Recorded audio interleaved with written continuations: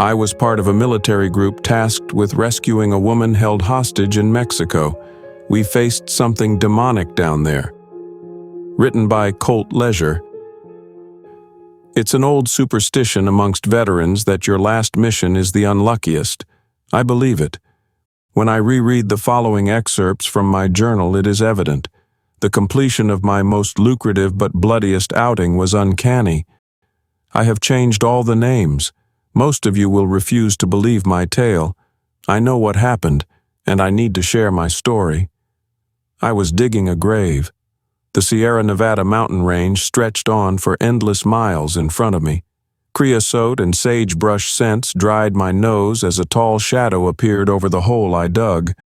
The unknown man had a gun in his left hand, but it was not pointed at me yet. "Marine Corps Sergeant Lawson," the stranger said. "I'm Navy SEAL Commander Joseph Card. Pleased to meet you." I dropped my shovel and squinted upwards. A special warfare insignia SEAL trident pin glimmered on the lapel of Card's shirt. I wondered if I could disarm him. It was a tactical disadvantage that he was above ground while I was 6 feet under. There was no way of reversing roles in the fight, and I did not have intentions of making that ditch my place of burial. "Not my name," I said. I resumed my work and tightened the grip on the handle and dug the end of the shovel into the earth. "I know it is," he said. "You're the only one with that ink job." The tattoo he had referred to was on my right bicep, and it read, "Saint, a dead sinner revised and edited." "If you'll excuse me," I said, "I have more holes to dig. People around here have to bury their loved ones. Tomorrow's a busy day for the cemetery. I need your service. I know your kill count. You've helped this country. They used to call you the spreader of death." I threw the shovel into the wall of muck and looked up at him while wiping sweat off my forehead. "I'm out of the service," I said. "If I wanted to go on another mission, I would have re-enlisted. This isn't for the government. I'm offering you a chance to do something good and make a fortune at the same time. Are you interested?" "No." "You're wasting talent. You were born to save people and stop threats." "This type of work is honorable," I said as I pointed at the shovel. "It's practical. I don't kill. I honor the dead now. It's grueling, thankless, and doesn't pay. Come with me. Time is finite." Card bent down and extended his hand to help out. "No," I said. I grabbed the handle again and proceeded to dig. Card raised the gun. It was a tranquilizer device. I had seen the design before in Afghanistan. The barrel had a syringe spring out from the end of it along with a burst of brightness. A stinging sensation swelled on my neck. Dizziness overcame my vision as my eyelids grew heavy.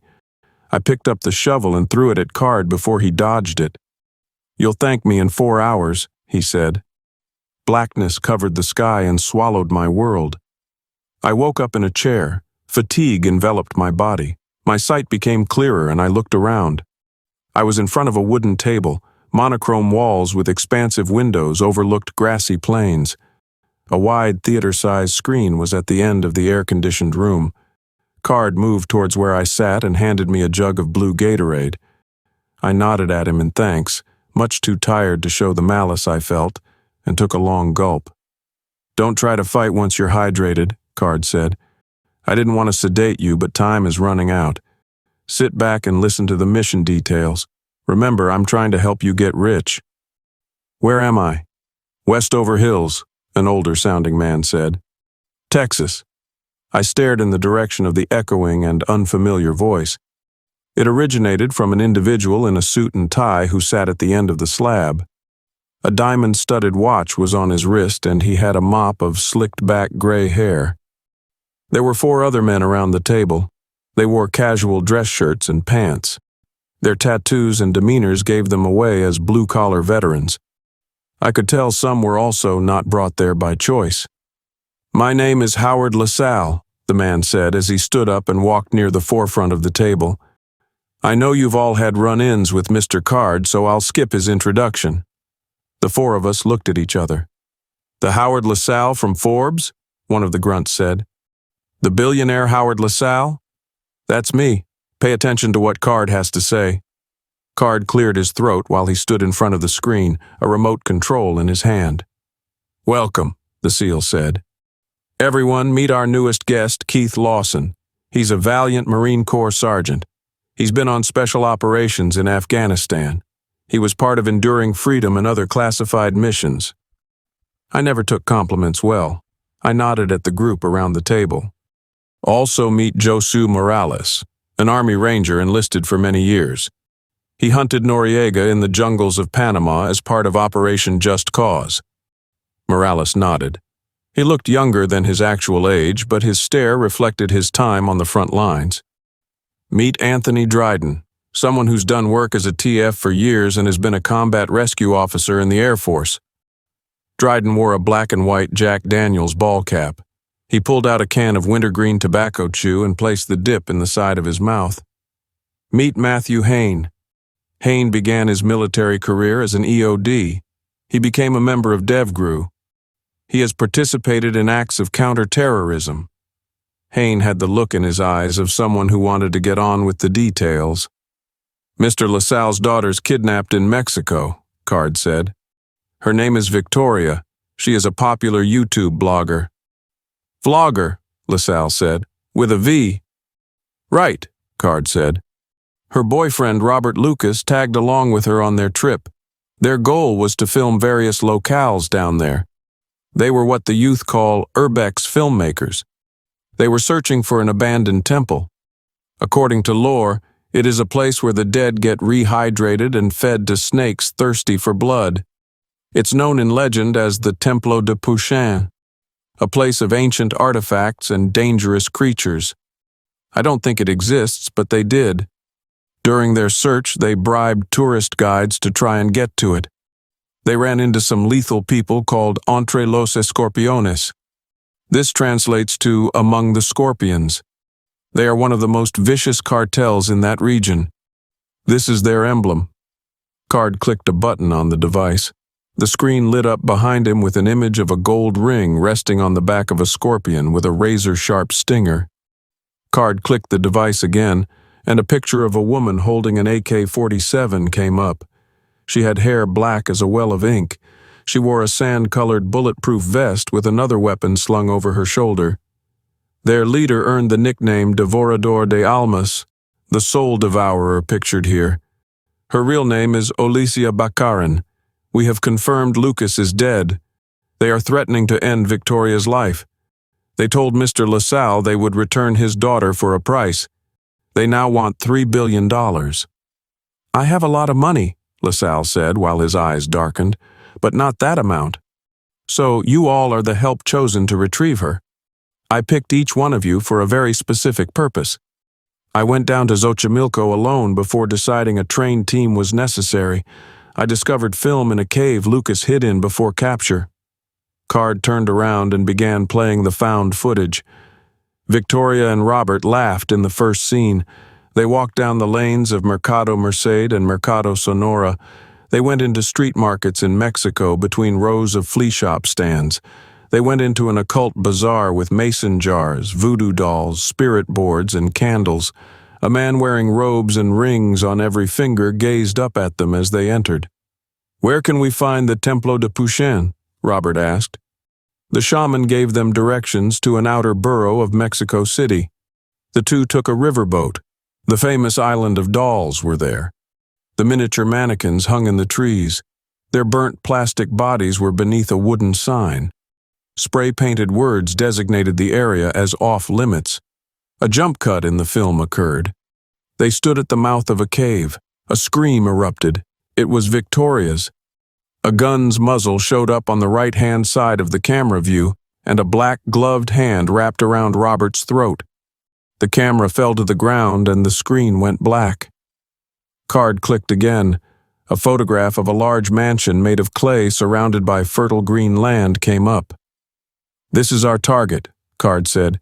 "We infiltrate, take out any threats, and question for more info. Baccarin's group resides here when they're not taking hostages or invading villages. Someone inside knows Victoria's location. We can be there by tomorrow. Let's eat, drink, and rest tonight. We save her life after sunup." $2 million each if you bring Victoria back alive, LaSalle said. "The chopper you'll be traveling in has anti-radar." A picture of Victoria LaSalle came up on the screen. She was 22 years old. I looked at the image of the young woman. I thought of her callow worldview. Her inherent trust of people and the online gold rush of fame led to her kidnapping. I still believed that the situation she was in was undeserving. Despite how much I disliked the way Card drafted me, I felt I still had to help. If it was only in remembrance of the girl's spirit by exacting revenge, it would be worth it. "We leave tomorrow morning," Card said. "Your lodging for the night is down the hall." "What kind of gear are we getting?" Morales asked. "You'll see." We left the boardroom. "I know the Devorador de Alamos," Morales said. We walked down a hallway with windows which overlooked a golf course. Morales looked straight ahead. His eyes seemed to peer on into forever before he continued. "She has killed some of my family. I can't wait to squeeze life out of her." Stepping onto the four-bladed Navy-style Black Hawk chopper made me feel at home. It sat on a black and yellow painted helipad built onto a piece of land owned by LaSalle. The smell of sweat and exhaust bombarded us when we went into the chopper. The pilot ignored us and focused on the controls of the dashboard. My boots landed on the floor's ringlets and pipes locked for stretchers and extra seats. I buckled up. The open back cargo area held our weaponry. We were all carrying USB .45 tactical handguns with threaded barrels and suppressors.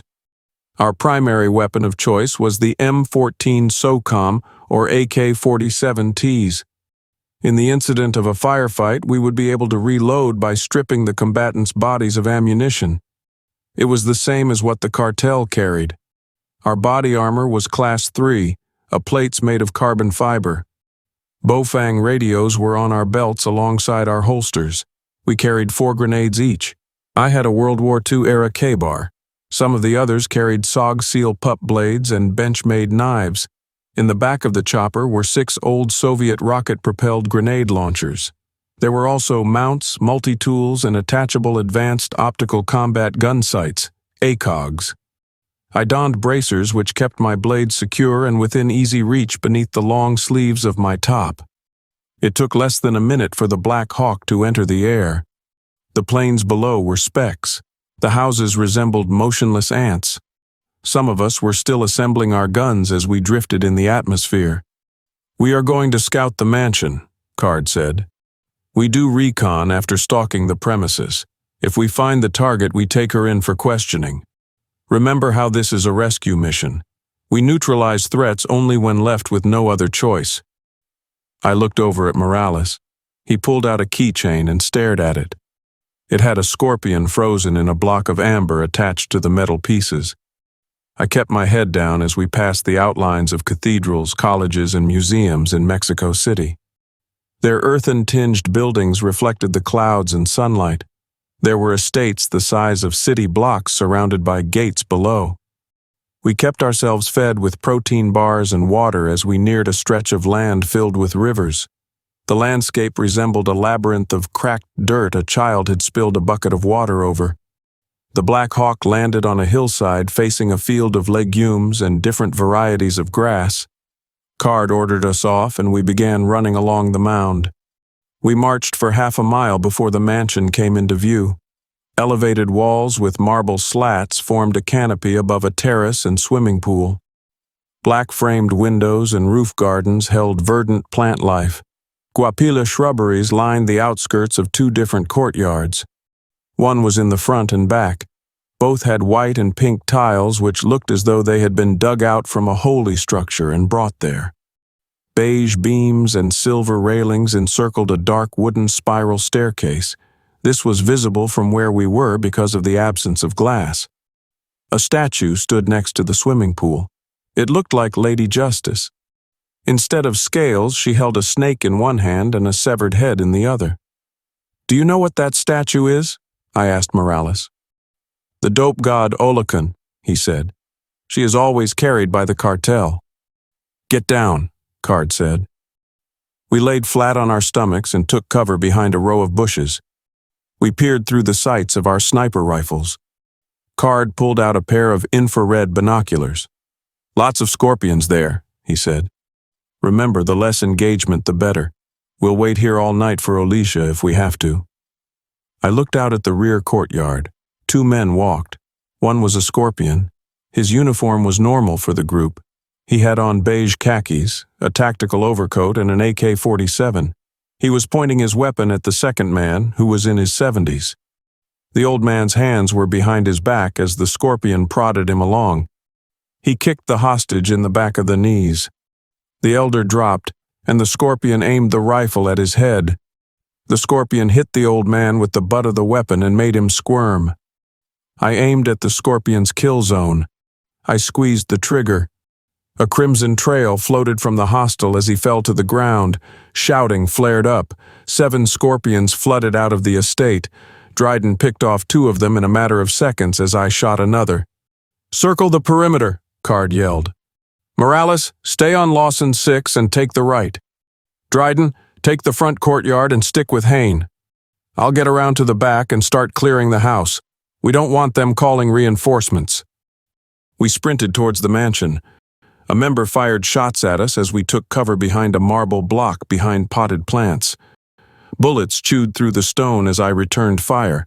Morales unsheathed his SOG blade, stood up when the fire had ceased, and threw it. The knife landed in the enemy's eyes.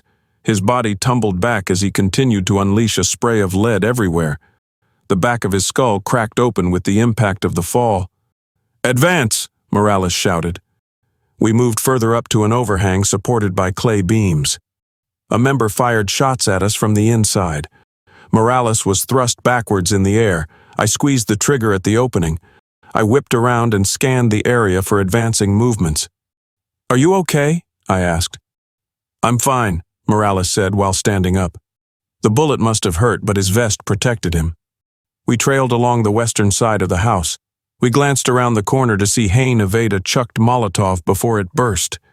Hain shot the man who had tried to kill him. The smell of fuel was pungent in the air as his combatant's lifeless form buckled.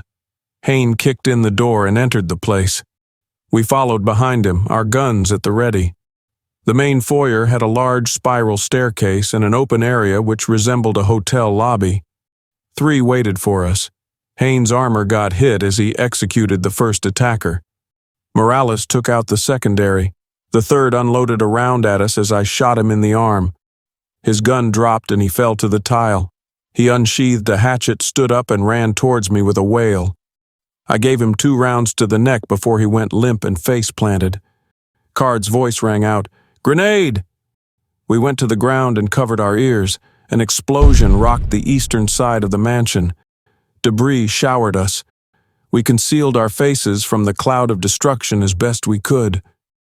Card came down from the blitzed staircase, dragging 2 bodies with him. He threw them down to our level as he leapt over the railing.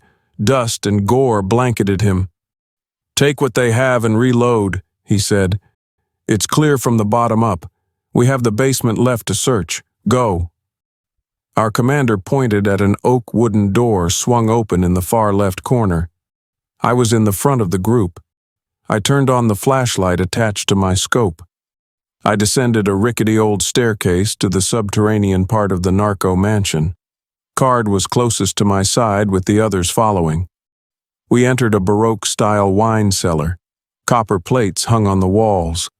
Shelves with carved drawings on their oak held long rows of bottles.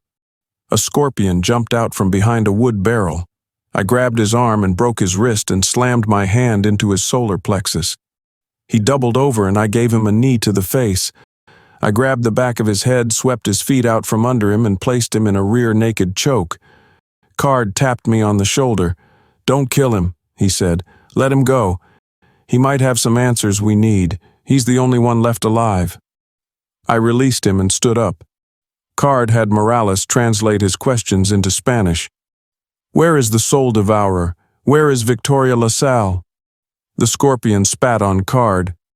Card pulled out his handgun and shot the man in the left knee.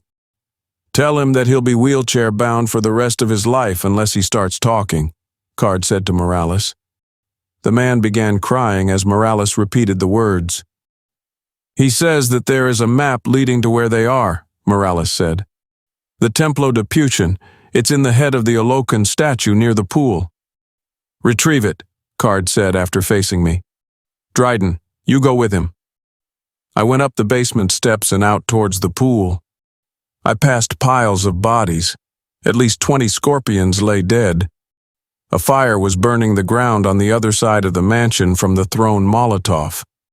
The old man, who was a former hostage of the first scorpion I shot at, was lying down, bleeding but alive. I cut the restraints binding his wrists. I gave him an MRE and advised him to go home. He thanked me and went into the desert. I approached the Olakan statue. I drove my K-bar into the head she held. I slipped my black gloves on. I dug my fingers into the hollow interior and pulled out a thick piece of brown parchment covered in grime. Morales stared at the map after Card grabbed it. He unfolded it on the surface of a table in the cellar. We let the scorpion go after Dryden administered aid to him in the form of a tourniquet. We gave him a fractured beam to use as a walking stick. I helped him up the stairs and brought him to the edge of the property. We made sure he did not have a cell phone or radio. I wished him good luck as he hobbled away. I knew the environment, coupled with the severity of his injuries, was going to take his life. "This does point to the Templo de Puchin," Morales said. "That can't be right. The temple is a myth. It's a place destroyed during a war between rival Mayan kingdoms in the 5th century. We're about to see if it's real or not," I said. I reloaded my AK-47. We sat in the back of the Black Hawk, flying through the air in a direction using the map's coordinates. Morales took off his vest and revealed bruising around his ribs. I gave him my vest since his got damaged. I went into the back and retrieved a new one. "Your tattoo," Morales said. "Who wrote it?" "Ambrose Bierce," I said. "It's the definition of a saint from his book, The Devil's Dictionary." "What does it do for you?" "It reminds me how nobody's perfect. Keeps me from self-loathing." "Thanks for what you did back there," Morales said. "What you did back there was hot-headed," Card said. "Good job to the rest of the team for dealing with the Jarhead's mistake." I took the criticism, aware the firefight started with me trying to do the fair thing in saving an old man's life. "Straight on!" the pilot shouted. We stared. "It can't be," Morales said. A moss-covered pyramid made of old stones came into view on the horizon. It was the ancient building seen in countless historic drawings. I thought of human sacrifices painted blue and brought to the top. My mind could not escape the image of their hearts eaten by a predatory god. The sun lowered. The Black Hawk landed on a neighboring hill covered in grass. We jumped out and took position on a precipice. We crouched and stared through our sights and night vision binoculars. "Oh my God," Dryden said as he squinted through his ACOG. "Are you seeing this?" There was a campfire, tents and bodies in the distance. The corpses looked starved. They in rows as if they were about to be burnt or buried. They all wore the scorpion uniform. A figure walked past them. I recognized her. "I found Alicia," I said. "We take her alive," Card said as he pulled out the same tranquilizer gun he had used on me a day and a half ago. "She knows where Victoria is. Is anyone else with her?" "The dead," Dryden said. "We're heading in," Card said. "Maintain concealment." We approached the pyramid. The sounds of rattling snakes and the smell of rotting flesh wafted towards us with each step. We crouched low in the bushes within 15 feet of the soul devourer. A hatchet flew by my head. A net wrapped around my body. Card pulled out his gun and fired. A masked scorpion ran near me, and while I wanted to shoot, the net constricted my body and I could not lift my weapon. He hit me upside the head with the butt of his AK. I lost consciousness. I woke up. Everything came into focus like an image in a microscope. I heard arguing in Spanish. Looking over with my wrists tied in vines, I saw Morales hung upside down from a palm tree. Right by his side were Dryden and Card bound in the same way. Most of our gear was gone. I felt my knives were still intact, but there was no way of using them. Alicia smiled at us as a campfire's flames roared behind her. Next to Alicia was a folded-out briefcase lined with hacksaws, rods, pliers, and needles. "Where is Victoria?" I yelled at her. The soul devourer laughed and walked towards me. She reached out and grabbed my jaw. She leaned in close enough to kiss me. "They're inside," she said, pointing to the mouth of the pyramid. "See all those bodies?" She gestured to the men drained of blood. Alicia pulled what looked like the front of a human skull, with 2 bands near the back.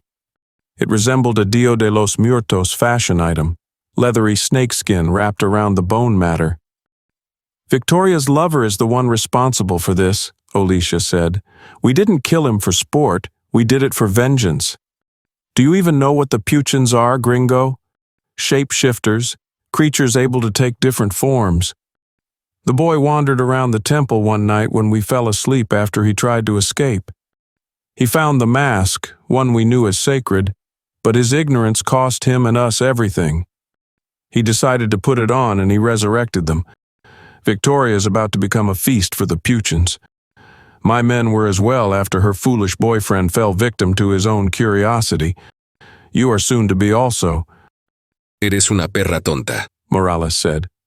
pinche perro. She said after walking towards him. "You'll be the first one I torture." Morales brought his hands down. A knife slid from one of his bracers. He cut the vines which imprisoned him. He dug the knife into Alicia's forehead. She slumped to the earth. He bent upwards and cut the bindings on his feet before landing on his back. The same guard who had knocked me out unleashed a spurt of bullets at the escaped ranger, who pivoted to the side. Morales grabbed a Beretta off Alicia's belt and ended the scorpion's life with a shot to the chest. He cut the rest of his team members down from the bindings. Card had a black eye, Dryden had a scrape on his forehead, and Hayne looked exhausted. We retrieved our gear from their tents and put on our combat attire again. "You heard her," Card said as he motioned to the mouth of the pyramid. "Victoria's in there. Let's go." "What about the Puchins?" Dryden asked. "You know, the shapeshifters brought back to life." "You believe in old wives' tales?" Card asked. "Alicia was trying to scare us." Dryden stared at the seal. "I don't see how these men could have had blood removed from their bodies, sir. It doesn't add up." "Not our problem," Card said. "Focus on the goal at hand. We've all seen worse and you know it. Let's go in." Dryden nodded and we went into the temple. There was a long corridor with a floor made of stone blocks. The first few walls were heaps of ancient mortar. Once we were in a larger area with hung torches which lit the way, we walked on hollow ground. The Mayan interior had stucco friezes. Depictions of human figures lined the barriers. They had elaborate bird headdresses, jade jewels, and each one sat cross-legged. Ceramic vessels were on the shelves against the walls. Glyphs of goddesses with snake heads and other deified rulers of an age long gone greeted us. We went into another chamber. A wooden funerary mask with emerald-beaded teeth hung in the center and gazed down at us in warning. In the next hall there were holes in the ceiling. Fluorescence from the moon and stars pierced through them as beams. Obelisks lined up like an Aztec Stonehenge. Victoria was in the middle of the room. She wore a white top and black cargo pants given to her by the cartel caked in blood. She was staring at the ceiling and looked at me as I approached. She was bound to one of the pillars. I cut the ropes. "Your father sent us to save you," Card said. "They," she said. "Who's they?" Morales asked. "They're coming for us." The sound of hissing filled the room. Something moved to my left. When I turned with my gun aimed, I saw Dryden lifted off his feet and carried towards the ceiling. His form floated through the beams of light. He screamed, released a few shots, and vanished. The remaining 4 of us pointed our guns up. Dryden fell back down to the ground. He was pale, thin, and devoid of blood, like the men who were out front. His breathing had ceased. The thing swooped down. It was a serpent the size of a battering ram used to tear down doors on medieval castles. 2 black leather wings outstretched on either side. The wings had sharp tips laced through it like sticks used to hold a kite together. Card pulled out his knife and slashed at the monster. The stringy and fibrous gliding implements tore. Blood spurted from it onto his clothes. Hayne came up from behind and tried to climb onto its back, but its body was too slick. I ran up to Hayne. I climbed onto his shoulders and leapt onto the creature's back. I yelled out a battle cry and emptied a clip into the Puchin's head after pointing the gun straight down. It fell forward like a slinky. I landed on my side and slid from its flesh. Card grabbed Victoria's hand and ran towards the entranceway after motioning for us to do the same. We followed at a sprint. One of the beasts slithered out of the shadows as fast as a vehicle going full speed. Its body writhed with serpentine movements towards us. Its wings folded onto its form with tightening muscles. Its body locked up to spring at us as grotesque noises echoed in the chamber. Card pulled the pin on his grenade and threw it into the creature's mouth. It exploded in a cloud of entrails as we continued running. Another Puchin followed behind it. As the third one neared us, it began to change its own form, mutating. I was not eager to find out what shape it would take next. I lobbed a grenade behind me as we went outside. The creature's head made it to the threshold of the mouth of the pyramid. Morales turned around and began shooting at the eyes. The creature's tongue lashed out and hit him in the knees, and its gaze burrowed into him. Morales's gun dropped as his body froze and began seeping out blood in front of me. The red fluid soaked into the earth and gushed towards the fangs of the monster. I lobbed more grenades until my belt was empty. I reached for Morales's belt and retrieved his keychain and another bomb. I threw it at the Puchin. We ran over the row of dead scorpions. Victoria tripped over Olicia's body.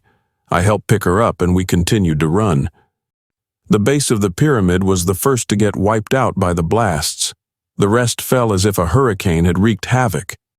The stones tumbled down onto the creature's body, halting its advance. Morales got buried with it in a maelstrom of fragmented rock. We ran up the hill and jumped into the Black Hawk. It was 2 minutes before Victoria was secure in a chair and we lifted off the ground. As we ascended, I looked down and saw more slithering forms.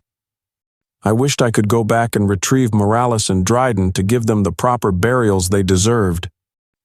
I grabbed an RPG from the back, leveled it, took in a deep breath and fired a missile at both of the snakes. The targets evaporated in flames.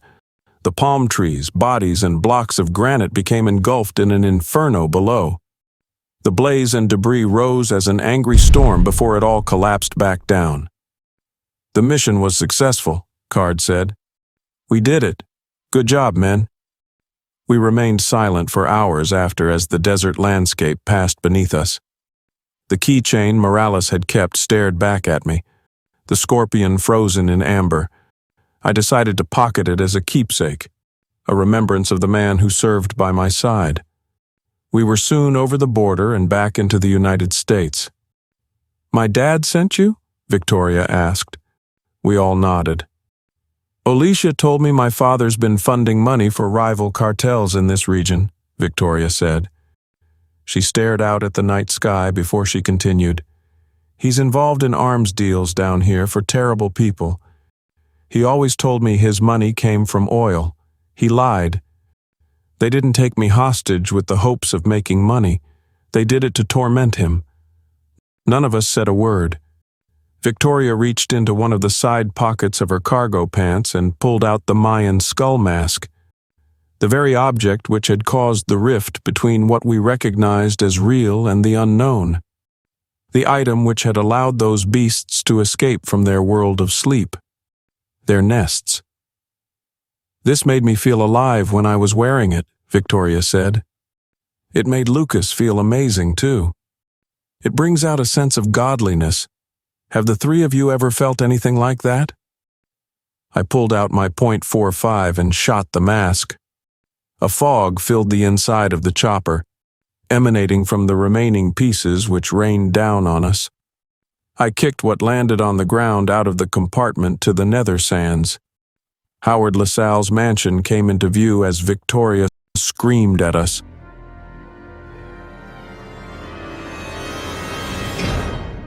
Hey family, A very big thank you to Colt Leisure for allowing me to narrate such an awesome tale. Be sure to check out their Reddit profile for more of their awesome works. If you would like to support us and make a donation, I'd be very much appreciative. I do have PayPal and a Buy Me a Coffee account. Be sure to also check out our merch store. There are plenty of items and designs to choose from. If you enjoyed this video, then why not check out the next one? Here, on the right-hand side. You can also follow us. All my socials and all my other links are contained within the Linktree link below. Take care, everyone, and I hope you all have a wonderful and peaceful night. And don't forget, where fear is, happiness is not.